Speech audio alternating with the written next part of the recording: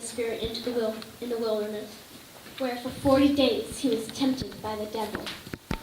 Jesus ate nothing at all during those days, and when they were over, he was famished. The devil said to him, "If you are the Son of God, command this stone to become a loaf of bread." Jesus answered him, "It is written, one does not live by bread alone." Then the devil led Jesus up and showed him in an instant all the kingdoms of the world. And the devil said to Jesus, "To you I will give their glory and all this authority, for it has been given over to me, and I give it to anyone I please. Then if you then will worship me, it will all be yours." Jesus answered him, "It is written, worship the Lord your God and serve God only." Then the devil took him to Jerusalem and placed him on the pinnacle of the temple, saying to him, "If you are the Son of God, throw yourself down from here, for it is written, God will command the angels concerning you to protect you, and on their hands they will bear you up so that you will not dash your foot against a stone." Jesus answered him, "It is said, do not put the Lord your God to the test." When the devil had finished every test, he departed from him until an opportune time. The word of God for the people of God. Thanks be to God.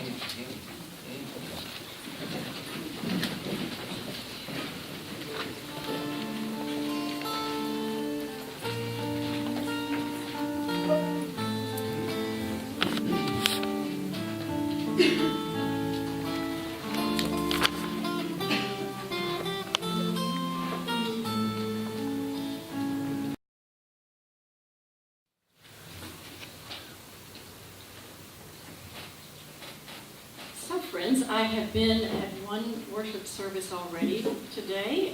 This afternoon I was worshiping with the Haywood Street congregation. And so I came from there to here. And we were dipping into that story at Haywood Street.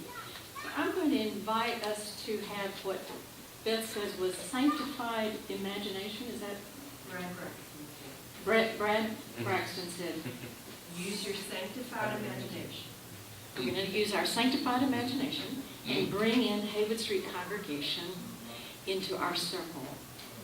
And we're going to look at this passage. A reminder that this particular story that comes to us both in Luke and in Matthew would not have been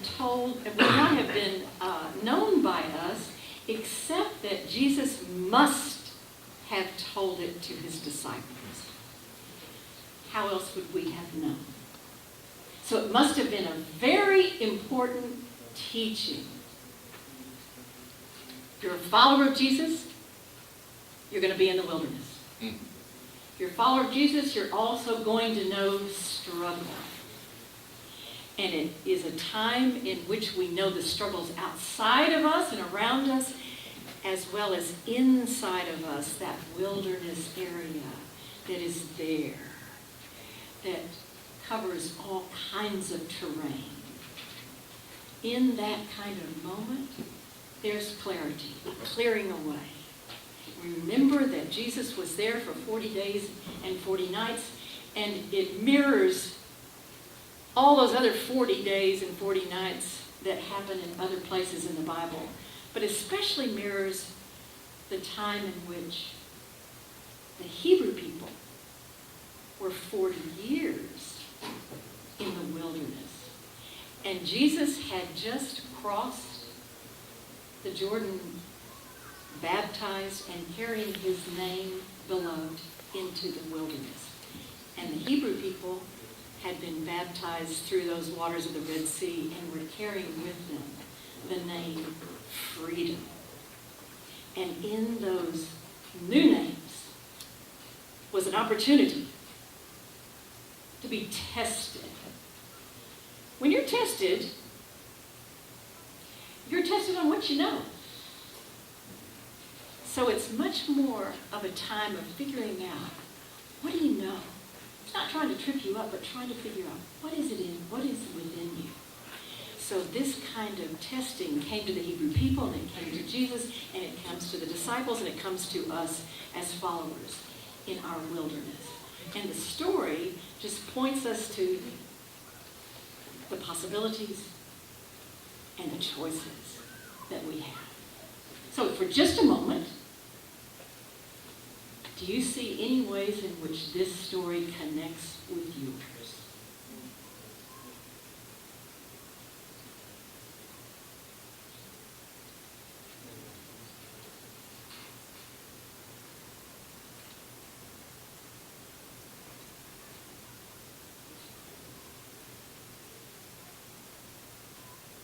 Now, we are not practiced in this particular method that Haywood Street has. And I can tell you that there are that particular congregation is so practiced in it that there's never been a time of silence.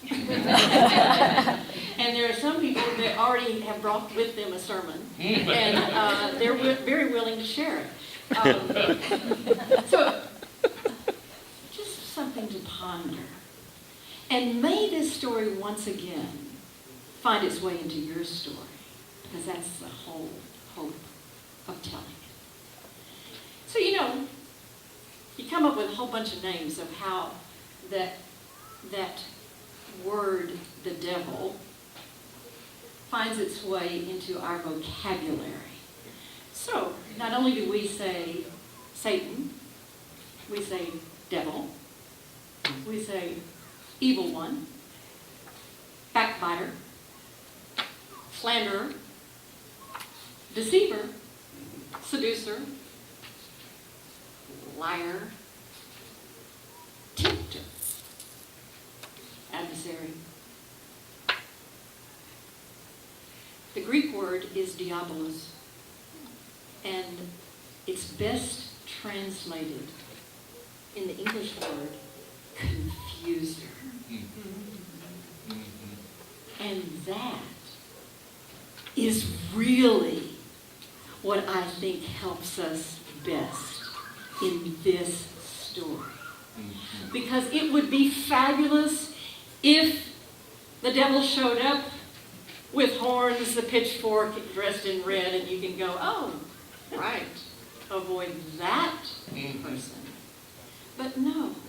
You see, the confuser really loves to invite you into something that sounds really good. And the confuser also likes to trip us up at our places of greatest strength, not weakness. And when Jesus was tested, what he was offered was a possibility of turning stones into bread, which we cannot live by bread, but without bread. It is a good thing, and we need more of it being distributed wherever it can be. Yes, it's a good thing. Ruling the world with somebody who has half sense would be great. So that doesn't sound like a bad idea either. Let's let Jesus rule the world. Come up with some better ideas. How about that as a good possibility? And then having power over the religious institutions and how that happens with the kind of power and how is it used? The confuser's inviting us all to good things. But this story is about, at its heart, the use and abuse of power. And it is about how Jesus was embodying the kind of power that is not easily seen in the ways in which the world operates with power. So, we're looking at these three testings, and we're going, well, I've never had anybody ask me to turn stones into bread. However, could we say that there are times in which we've experienced a heart of stone,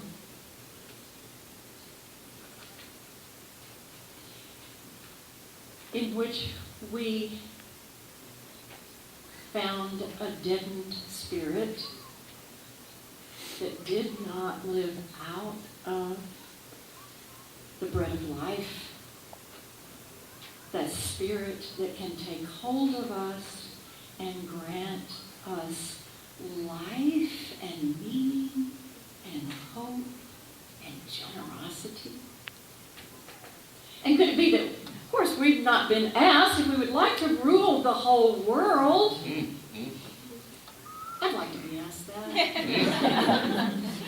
Got some ideas. But haven't we had times in which we have wanted to rule and control the people around us? The church that we are part of? Haven't we had times in which that pops out of us in wanting to rule? And surely we've not been asked to jump off of the temple, but have we not at times wanted to use religion for some kind of manipulation, control, or instilling fear? Or hasn't it been used that way? So, can we find ourselves alongside Jesus being tested? When I was a prison chaplain, there was a man named Lenny who had a lot of power. He had a life sentence. And he really was friendly and easy to be around unless you crossed him. And then he had a short fuse and he was willing to fight. And he had the ability to rule completely all of his housing unit. He had control. And he would buy you bread, potato chips, from the canteen. But he expected quite a bit in return for that offering of bread. And he'd beat somebody up for you. Really. He would. And then he'd like to use religious language in ways that manipulated. But he didn't really have the heart for it. So he got into fights a lot, and in and out of different jobs, in and out of solitary confinement, and then one day he got a job in this sewing plant. And a guy who was working in the sewing plant was named Curtis and said to Lenny, "Lenny, why don't you come and join us in the Bible study? It's really good, and it's helped me a lot. And you know, we cannot walk the way of Jesus without having some help. So come on, join us." Lenny did. And he found out that Jesus was tested just like Lenny. He discovered that Jesus knew of a different kind of power than the one that Lenny had always known and practiced. One day, Lenny was tested. He was in the lunchroom at the sewing plant. He was sitting next to his buddy Curtis. And the guy at the next table stood up, took a spoonful of food, and it went flying into the air and landed right smack on Lenny's food tray.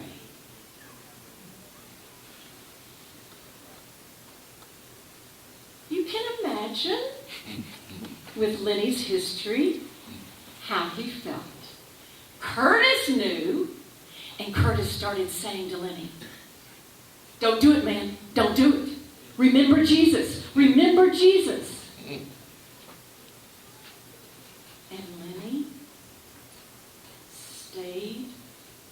waited for a moment,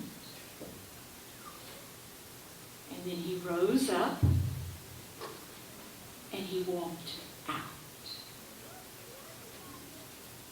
After that work shift, he came to the chapel to tell me the story. And I said, Lenny, this is incredible. Lenny said, I know I was tested just like Jesus. And I didn't hurt him. I said, this is unbelievable. This is great. So, Lenny, you had the power of God in you.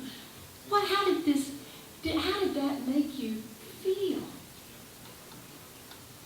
Terrible. Felt like weakness. See, Lenny, it was not weakness. It takes a lot more power to do that than to just smack somebody. Instead of being tripped up, Lenny, you rose up with the power of God. It's incredible. So, he looked at me and he said, you know, Chap, I still wanted to kill him. And I said, Lenny, but you didn't do that. You didn't hurt him. And that's a start. And that's a sign that God's Spirit and power is in you. The end of our story in Luke says that the confuser left for an opportune time. Truth is, about every time's an opportune time. And Jesus stepped into the struggles with the people struggling. And in that stepping into those times, he again and again showed the kind of power that he was infused with. And what he had within him was the power of his baptism that said, I am God's and God's alone. Well. I am God's beloved. And with that, he was able to enter the struggles. And with that, he fed hungry people, body and soul. With that, he served the world with the people that were given him to serve. And with that, he was released of any kind of religious fear-mongering or humiliation or controlling, any kind of religious manipulation he was released from. And it carried him through all of his testings and his tribulations, and through the joys and through the concerns and the healings and the hopes. It carried him through, clear through to the cross. And then the power of all the world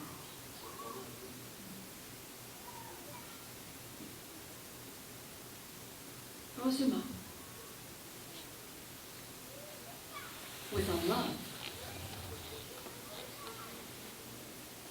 that will never let us go. May we step into this power again today. Amen.